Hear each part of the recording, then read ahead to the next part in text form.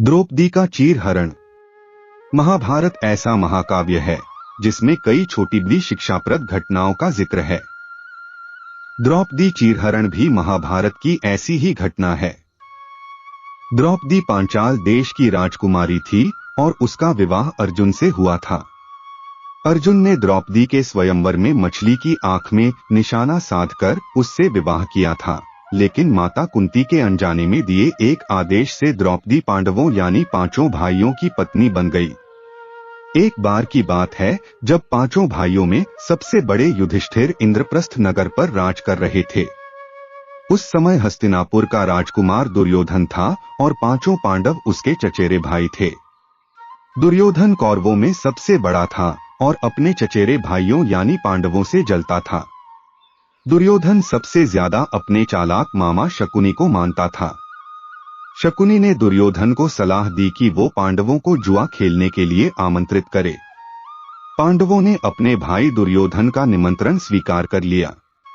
उस सभा में भरत वंश के शासक धृतराष्ट्र, भीष्म पितामह, द्रोणाचार्य और महात्मा विदुर जैसे महान लोग भी उपस्थित थे। शकुनी मामा ने छल कपट से पांडवों को हराना शुरू किया। इस खेल में पांडव अपना राज्य हार गए।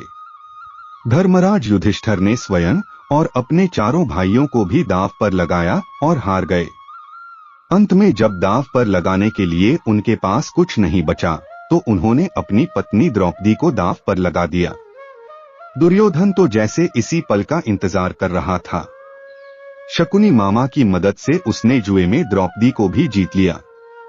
द्रौपदी को जीतने के बाद दुर्योधन ने अपने भाई दुशासन को आदेश दिया कि वो द्रौपदी को भरी सभा में बाल पकड़कर और घसीटते हुए लेकर आए।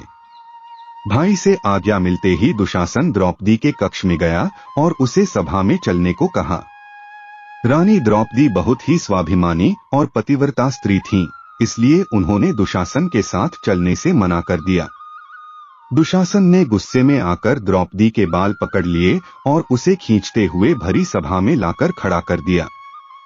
दुर्योधन ने दुशासन को आज्ञा दी कि वो द्रौपदी को भरी सभा में निर्वस्त्र कर दे। दुशासन ने जैसे ही द्रौपदी के वस्त्र को हाथ लगाया, द्रौपदी ने श्री कृष्ण को मदद के लिए पुकारा। श्री कृष्ण अपने भक्तों को कभी नाराज नहीं करते। कृष्ण ने जब द्रौपदी की करुण पुकार सुनी तो उन्होंने द्रौपदी की साड़ी को बढ़ाना शुरू कर दिया। दुशासन द्रौपदी का चीर खींचता रहा, लेकिन वो जितना खींचता वस्त्र उतना बढ़ता जाता। अंत में दुशासन थक कर हार गया, किंतु द्रौपदी का वस्त्र हरण नहीं कर सका। ऐसा कहा जाता है महाभारत युद्ध के पीछे सबसे बड़ा कारण द्रौपदी चीरहरण ही था। यह चैनल आपकी सोच और जिंदगी दोनों को बदल देगा। अभी तुरंत इस बेहतरीन चैनल को सब्सक्राइब करें।